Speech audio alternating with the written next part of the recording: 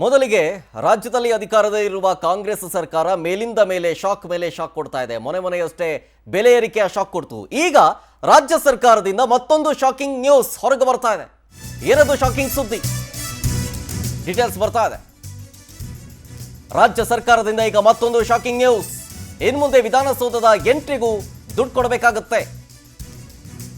ಸಾರ್ವಜನಿಕರಿಗೆ ಶುಲ್ಕವನ್ನ ನಿಗದಿ ಮಾಡೋದಕ್ಕೆ ಸರ್ಕಾರ ನಿರ್ಧಾರ ಮಾಡಿದೆ. ಪ್ರವಾಸೋದ್ಯಮದ ಹೆಸರಲ್ಲಿ ಶುಲ್ಕ ವಸೂಲಿ ಮಾಡೋದಕ್ಕೆ ತೀರ್ಮಾನ ಮಾಡಿದೆ. ಈಗ ವಿಧಾನಸೌಧದ ವೀಕ್ಷಣೆಗೆ ಗೈಡೆಡ್ ಟೂರ್ ಅನ್ನ ವ್ಯವಸ್ಥೆ ಮಾಡಲಾಗಿದೆ. ಅದನ್ನ ಜಾರಿಗೆ ತರಲಾಗ್ತಾ ಇದೆ. ವಿಧಾನಸೌಧ ಪ್ರವಾಸಿ ತಾಣವಾಗಿ ಮಾಡೋದಕ್ಕೆ ಸರ್ಕಾರ ನಿರ್ಧಾರ ಮಾಡಿರುವುದು. ಪ್ರವಾಸೋದ್ಯಮ ಇಲಾಖೆಯಿಂದ ಗೈಡ್ ಟೂರ್ ಮಾಡೋದಕ್ಕೆ ಕೋರಿಕೊಳ್ಳಲಾಗಿತ್ತು. ಹಾಗಾಗಿ ಪ್ರವಾಸೋದ್ಯಮ ಇಲಾಖೆಗೆ ಸರ್ಕಾರದ ಷರತ್ತುಬದ್ಧ ಅನುಮತಿ ಸಿಕ್ಕಿದೆ. ಏನಂತ ಷರತ್ತು? ಪ್ರವೇಶ ಶುಲ್ಕವನ್ನ ನೀಡಿ ಒಳಗೆ ಬರೋದಕ್ಕೆ ಆದೇಶ ಮಾಡಿದೆ ಸರ್ಕಾರ. ಆದರೆ ಎಷ್ಟು ಅನ್ನೋದು ಮಾತ್ರ ಇನ್ನೂ ಕನ್ಫರ್ಮ್ ಆಗಿಲ್ಲ. ಶುಲ್ಕ ಇರುತ್ತೆ ಅಂತ ಹೇಳಿದೆ ಅಷ್ಟೇ. ಆದರೆ ಎಷ್ಟು ಶುಲ್ಕ ಅನ್ನೋದು ಮಾತ್ರ ಇನ್ನೂ ಕೂಡ ಡಿಸೈಡ್ ಮಾಡಿಲ್ವಂತೆ, ಎಷ್ಟು ಇಡಬಹುದು ಅಂತ. ಜನ ಈಗಾಗಲೇ ಬೆಲೆ ಏರಿಕೆಯ ಬಿಸಿಯಿಂದ ಕಂಗೆಟ್ಟೋಗಿದ್ದಾರೆ. ಆಲ್ರೆಡಿ ಪ್ರೂವ್ ಆಗಿದೆ ಅಂತ ಮಾತಾಡ್ಕೊಳ್ತಿದ್ದಾರೆ. ರಾಜಕೀಯ ಪಡಸಾಲಿಗೆ ಏನು ಗೊತ್ತಾ ಚರ್ಚೆ ಆಗ್ತಾ ಇರೋದು? ಈ ಗ್ಯಾರಂಟಿ ಯೋಜನೆ ವಿಚಾರಕ್ಕೆ ಸಂಬಂಧಪಟ್ಟಂತೆ ಜನಪರ ಸರ್ಕಾರ, ರೈತರ ಪರ ಸರ್ಕಾರ ಅಂತೇಳಿ ಒಂದಷ್ಟು ಗ್ಯಾರಂಟಿಗಳನ್ನು ಕೊಟ್ಟರು. ಒಂದು ಕೈಲಿ ಕೊಡೋದು, ಮತ್ತೊಂದು ಕೈಲಿ ಕಿತ್ಕೊಳ್ಳೋದು ಅಂತ ಆಗ್ತಾ ಇದೆ. ಆಮೇಲೆ ಅಷ್ಟೇ ಅಲ್ಲ, ಕೊಡೋದು ಕಿತ್ಕೊಳ್ಳೋದು ಅಷ್ಟೇ ಅಲ್ಲ, ಮತ್ತೆ ಪ್ಲಾನ್ ಮಾಡೋದು ಎಲ್ಲೆಲ್ಲಿ ಹೆಂಗೆ ಕಿತ್ಕೊಳ್ಬೋದು ಅಂತ.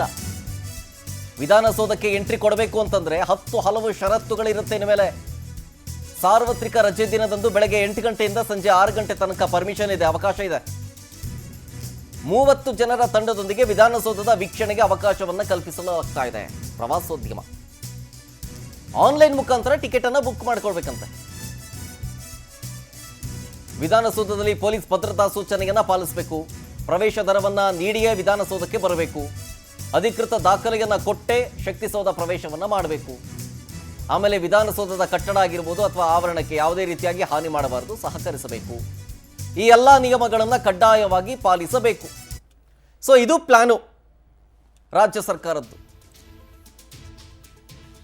ಅಂದ್ರೆ ಒಂದು ರಿಕ್ವೆಸ್ಟ್ ಬಂದಿರುತ್ತೆ ಪ್ರವಾಸೋದ್ಯಮ ಇಲಾಖೆಯಿಂದ, ಒಂದು ಗೈಡ್ ಟೂರ್ ವ್ಯವಸ್ಥೆ ಮಾಡ್ಕೊಡ್ಬೋದಲ್ಲ ವಿಧಾನಸೌಧಕ್ಕೆ ಅಂತ ಒಂದು ರಿಕ್ವೆಸ್ಟ್ ಇಡ್ತಾರೆ.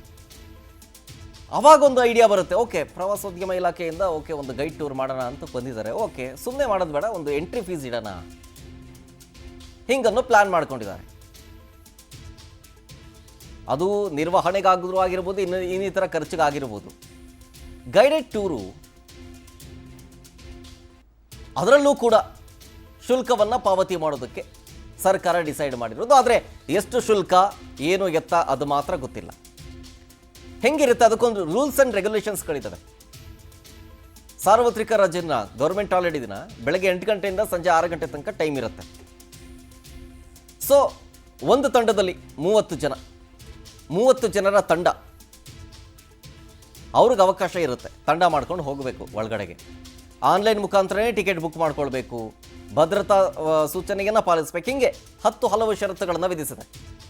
ಡೀಟೇಲ್ಸ್ ಕೊಡ್ತಾರೆ ಇದ್ರ ಬಗ್ಗೆ ನಮ್ಮ ಪ್ರತಿನಿಧಿ ಆನಂದ್ ಲೈವ್ನಲ್ಲಿ. ಆನಂದ್, ಗ್ಯಾರಂಟಿ ಯೋಜನೆ ಬಂದ ನಂತರ ಸಾರ್ವಜನಿಕರಲ್ಲಿ ಒಂದು ಚರ್ಚೆ ಆಗ್ತಾ ಇದೆ. ಒಂದು ಕೈಯಲ್ಲಿ ಕೊಡೋದು, ಇನ್ನೊಂದು ಕೈಯಲ್ಲಿ ಕಿತ್ಕೊಳ್ಳೋದು ಅಂತ. ಮೊನ್ನೆ ಅಷ್ಟೇ ಬೆಲೆ ಏರಿಕೆ ಆಯಿತು. ಈ ಟೈಮ್ನಲ್ಲೇ ಈಗ ವಿಧಾನಸೌಧ ಪ್ರವಾಸೋದ್ಯಮ ಇಲಾಖೆಯಿಂದ ಏನು ರಿಕ್ವೆಸ್ಟ್ ಬಂದಿತ್ತು, ಆ ರಿಕ್ವೆಸ್ಟ್ಗೆ ಶುಲ್ಕ ಪಾವತಿ ಮಾಡಿ ಒಳಗೆ ಬಿಡ್ತೀವಿ ಅಂತ ಹೇಳ್ತಾ ಇದೆ. ಇದು ಸರಿನಾ? ಚರ್ಚೆ ಹೆಂಗಾಗ್ತಾ ಇದೆ ಸಾರ್ವಜನಿಕ ವಲಯದಲ್ಲಿ? ಶುಲ್ಕ ಎಷ್ಟು ಪಾವತಿ ಮಾಡಬಹುದು ಅನ್ನೋ ಸೂಚನೆ ಏನಾದರೂ ಇದೆಯಾ?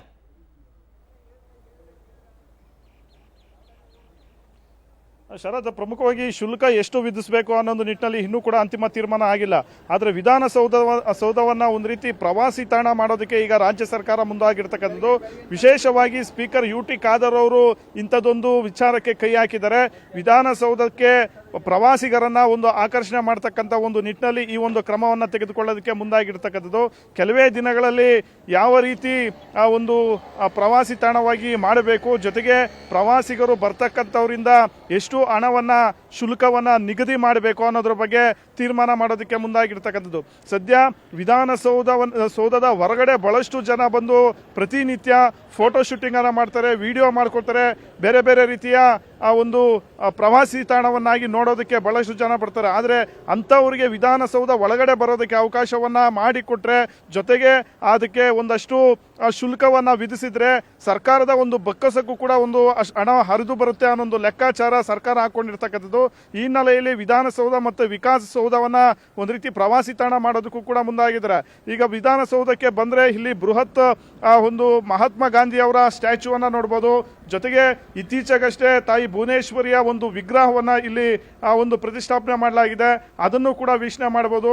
ಮುಖ್ಯಮಂತ್ರಿಗಳ ಒಂದು ಸರ್ಕಾರಿ ಕಚೇರಿಯನ್ನ ವೀಕ್ಷಣೆ ಮಾಡಬಹುದು, ಸಚಿವ ಸಂಪುಟ ಸಭಾಮಂದಿರವನ್ನ ನೋಡಬಹುದು, ಬ್ಯಾಂಕ್ವೆಟ್ ಹಾಲ್ ನೋಡಬಹುದು. ಹೀಗೆ ಬಹಳಷ್ಟು ಒಂದು ಜನರಿಗೂ ಕೂಡ ಕುತೂಹಲ ಇರುತ್ತೆ. ವಿಧಾನಸೌಧದಲ್ಲಿ ಸಿಎಂ ಕಚೇರಿ ಹೇಗಿರುತ್ತೆ, ಸಭಾಮಂದಿರ, ಕ್ಯಾಬಿನೆಟ್ ಮೀಟಿಂಗ್ ನಡೀತಕ್ಕಂಥ ಸ್ಥಳ ಹೇಗಿರುತ್ತೆ ಅಂತ ಅದೆಲ್ಲವನ್ನು ನೋಡೋದಕ್ಕೂ ಕೂಡ ಒಂದಷ್ಟು ಪ್ರವಾಸಿಗರು ಬರ್ತಕ್ಕಂಥ ಬಂದ ಏನೋ ಅಂಥವ್ರು ಇರ್ತಾರೆ ಅವರನ್ನ ಸೆಳೀತಕ್ಕಂಥ ಒಂದು ಪ್ರಯತ್ನಕ್ಕೆ ಮುಂದಾಗಿರ್ತಕ್ಕಂಥದ್ದು. ಈ ನಿಟ್ಟಿನಲ್ಲಿ ಒಂದಷ್ಟು ಗೈಡ್ಲೈನ್ಸ್ ಅನ್ನು ಕೂಡ ಈಗ ರಾಜ್ಯ ಸರ್ಕಾರ ಬಿಡುಗಡೆ ಮಾಡಿದೆ. ಯಾರು ಪ್ರವಾಸಿಗರು ಬರ್ತಾರೆ ಅವರಿಗೆ ಇಲ್ಲಿ ಎಲ್ಲ ರೀತಿಯ ಒಂದು ಸೂಕ್ತ ವ್ಯವಸ್ಥೆಯನ್ನು, ಅಂದರೆ ಪ್ರವಾಸಿಗರು ಬಂದವರಿಗೆ ಯಾವುದೇ ರೀತಿಯ ಅನಾನುಕೂಲ ಆಗದೆ ಇರೋ ರೀತಿ ಅವರು ಇಲ್ಲಿ ಭೇಟಿ ಕೊಡೋದಕ್ಕೆ ಅವಕಾಶವನ್ನು ಮಾಡಿಕೊಡೋದಕ್ಕೆ ಮುಂದಾಗಿರ್ತಕ್ಕಂಥದ್ದು. ಜೊತೆಗೆ ಪ್ರಮುಖವಾಗಿ 30 ಜನರ ಒಂದು ತಂಡ ಪ್ರತಿ ಬಾರಿ ವಿಧಾನಸೌಧಕ್ಕೆ ಬಂದು ಇಲ್ಲಿ ವೀಕ್ಷಣೆ ಮಾಡೋದಕ್ಕೆ ಅವಕಾಶವನ್ನು ಮಾಡಿಕೊಡಲಾಗಿದೆ. ಜೊತೆಗೆ ಇದು ಯಾವಾಗಂದ್ರೆ ಆವಾಗ ಅವರು ಬಂದು ವೀಕ್ಷಣೆ ಮಾಡೋದಕ್ಕೆ ಸಾಧ್ಯವಿಲ್ಲ. ಕೇವಲ ಸರ್ಕಾರಿ ರಜಾ ಯಾವಾಗಿರುತ್ತೆ ಆವಾಗ ಮಾತ್ರ ವಿಧಾನಸೌಧ ವೀಕ್ಷಣೆಗೆ ಅವಕಾಶವನ್ನ ಮಾಡಿಕೊಡಲಾಗುತ್ತೆ. ಜೊತೆಗೆ ಇಲ್ಲಿ ಪ್ರಮುಖವಾಗಿ ಭದ್ರತೆಗೆ ಸಂಬಂಧಪಟ್ಟಂತೆ ಇಲ್ಲಿನ ಒಂದು DCP ಅವರಿಗೆ ಆ ಒಂದು ಭದ್ರತಾ ಒಂದು ವ್ಯವಸ್ಥೆಯನ್ನ ಮಾಡ್ಕೊಳ್ಳೋದಕ್ಕೆ ಅವ್ರಿಗೆ ಒಂದು ಜವಾಬ್ದಾರಿ ವಹಿಸೋದಕ್ಕೂ ಕೂಡ ಮುಂದಾಗಿರ್ತಕ್ಕಂಥದ್ದು. ಜೊತೆಗೆ ಪ್ರವಾಸಿಗರು ಬರ್ತಕ್ಕಂಥ ಒಂದು ಸಂದರ್ಭದಲ್ಲಿ ಅವರಿಗಾಗಿ ಒಂದು ಆಂಬ್ಯುಲೆನ್ಸ್ ವ್ಯವಸ್ಥೆ ಹಾಗೆ ವೈದ್ಯಕೀಯ ಒಂದು ವ್ಯವಸ್ಥೆಯನ್ನು ಕೂಡ ಮಾಡಿಕೊಡೋದಕ್ಕೆ ಸರ್ಕಾರ ಮುಂದಾಗಿರ್ತಕ್ಕಂಥದ್ದು. ಒಟ್ಟಿನಲ್ಲಿ ಈ ರೀತಿಯ ಒಂದು ವಿಶೇಷವಾದಂಥ ಒಂದು ವ್ಯವಸ್ಥೆಯನ್ನ, ವಿಶೇಷವಾದಂಥ ಒಂದು ಕ್ರಮಕ್ಕೆ ಇವತ್ತು ರಾಜ್ಯ ಸರ್ಕಾರ ಮುಂದಾಗಿರ್ತಕ್ಕಂಥದ್ದು. ಸದ್ಯ ಈಗಾಗಲೇ ಮುಖ್ಯಮಂತ್ರಿಗಳ ಜೊತೆನೂ ಕೂಡ ಸ್ಪೀಕರ್ UT ಖಾದರ್ ಅವರು ಮಾತನಾಡಿ ಮುಂದೆ ಈ ಒಂದು ವಿಧಾನಸೌಧವನ್ನ ಒಂದು ಪ್ರವಾಸಿ ತಾಣವನ್ನ ಮಾಡೋದಕ್ಕೆ ಮುಂದಾಗಿರ್ತಕ್ಕಂಥದ್ದು. ಜೊತೆಗೆ ಪ್ರವಾಸೋದ್ಯಮ ಇಲಾಖೆಯೊಂದಿಗೆ ಕೈ ಜೋಡಿಸಿ ಒಂದು ಶುಲ್ಕ ನಿಗದಿ ಮಾಡೋದಕ್ಕೂ ಕೂಡ ಈಗ ರಾಜ್ಯ ಸರ್ಕಾರ ಮುಂದಾಗಿದೆ. ಶರತ್, ಇನ್ನು ಆನಂದ್, ಈ ತರ ಎಲ್ಲ ಡಿಸಿಷನ್ ತಗೊಂಡಿದ್ದಾರೆ ಅಂತಂದ್ರೆ ಬಹಳ ಯೋಚನೆ ಮಾಡಿ ತಗೋಬೇಕು. ಆಮೇಲೆ ಬೆಂಗಳೂರಿನಲ್ಲಿ ಜನಸಾಮಾನ್ಯರಿಗೆ ಸೇಫ್ ಅಲ್ಲ ಅನ್ನೋದಿದೆ.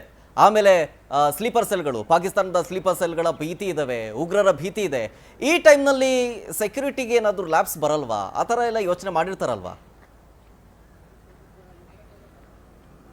ಖಂಡಿತವಾಗ್ಲೂ ಶರತ್, ಅಂಥದ್ದೆಲ್ಲವೂ ಕೂಡ ಒಂದು ಪ್ರಿಕಾಷನ್ಸ್ ತೆಗೆದುಕೊಳ್ಳೋ ಒಂದು ಅಗತ್ಯತೆಯೂ ಕೂಡ ಇರ್ತಕ್ಕಂಥದ್ದು. ಯಾಕೆಂತಂದ್ರೆ ವಿಧಾನಸೌಧ ಅಂದಮೇಲೆ ಒಂದು ರೀತಿ ಅದು ಸೆನ್ಸಿಟಿವ್ ಪ್ರದೇಶನೂ ಕೂಡ ಆಗಿರ್ತಕ್ಕಂಥದ್ದು. ಹಾಗಾಗಿ ಪ್ರವಾಸಿಗರೇ ಆಗಲಿ, ಜನಸಾಮಾನ್ಯರು ಯಾರೇ ಆಗಲಿ ಬರಬೇಕಾದಂಥ ಸಂದರ್ಭದಲ್ಲಿ ಭದ್ರತಾ ದೃಷ್ಟಿಯಿಂದ ಅವ್ರನ್ನ ಎಲ್ಲ ರೀತಿಯಲ್ಲೂ ಕೂಡ ಪರಿಶೀಲನೆ ಮಾಡಿ ಒಳಗಡೆ ಬಿಡೋಕ್ಕಾಗುತ್ತೆ.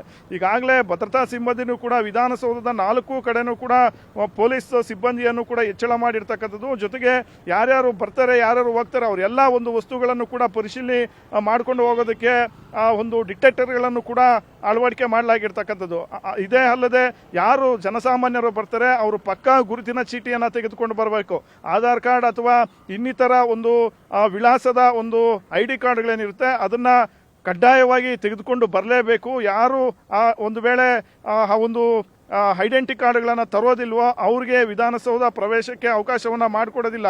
ಕಡ್ಡಾಯವಾಗಿ ಆಧಾರ್ ಕಾರ್ಡ್ ಅಥವಾ ರೇಷನ್ ಕಾರ್ಡ್ ಅಥವಾ DL ಇಂಥದನ್ನು ತೆಗೆದುಕೊಂಡು ಬಂದಾಗ ಮಾತ್ರ ಅವರನ್ನ ಪರಿಶೀಲನೆ ಮಾಡಿ ಅವರನ್ನು ಒಳಗಡೆ ಬಿಡ್ತಕ್ಕಂಥ ಒಂದು ಕ್ರಮಕ್ಕೆ ಸರ್ಕಾರ ಮುಂದಾಗಿರ್ತಕ್ಕಂಥದ್ದು. ಈ ನಿಟ್ಟಿನಲ್ಲಿ DCP ಅವರಿಗೆ ಎಲ್ಲ ರೀತಿಯ ಒಂದು ಕ್ರಮದ ಒಂದು ಜವಾಬ್ದಾರಿಯನ್ನು ಕೂಡ ವಹಿಸ್ಕೊಡ್ಲಾಗಿರ್ತಕ್ಕಂಥದ್ದು. ಹಾಗಾಗಿ ಎಲ್ಲರನ್ನೂ ಕೂಡ ಏಕಾಏಕಿ ಇಲ್ಲಿ ನೂರಾರು ಸಂಖ್ಯೆಯಲ್ಲಿ ಜನರನ್ನ ಬಿಡೋದಕ್ಕೆ ಯಾವುದೇ ರೀತಿಯ ಒಂದು ಅವಕಾಶ ಇಲ್ಲ. ಹಾಗಾಗಿಯೇ ರಾಜ್ಯ ಸರ್ಕಾರ ಕೇವಲ 30 ಜನರ ಒಂದು ಪ್ರವಾಸಿ ತಂಡಕ್ಕೆ ಮಾತ್ರ ಇಲ್ಲಿ ಅವಕಾಶವನ್ನ ಮಾಡಿಕೊಡ್ಲಾಗುತ್ತೆ. ಒಂದು ಸಮಯದಲ್ಲಿ 30 ಜನರ ಒಂದು ತಂಡಕ್ಕೆ ಮಾತ್ರ ಇಲ್ಲಿ ಅವಕಾಶವನ್ನ ಮಾಡಿಕೊಡ್ತಾರೆ. ಜೊತೆಗೆ ಅವರ ಬಳಿಕ ಮತ್ತೊಂದು ತಂಡಕ್ಕೆ ಅವಕಾಶವನ್ನ ಮಾಡಿಕೊಳ್ತಕ್ಕಂಥದ್ದು. ಹಾಗಾಗಿ ಭದ್ರತಾ ದೃಷ್ಟಿಯಿಂದಲೂ ಕೂಡ ರಾಜ್ಯ ಸರ್ಕಾರ ಬಹಳಷ್ಟು ಒಂದು ಕ್ರಮವನ್ನು ಕೂಡ ತೆಗೆದುಕೊಳ್ಬೇಕಾಗುತ್ತೆ. Yes, thank you Anand ಡೀಟೇಲ್ಸ್ಗಾಗಿ.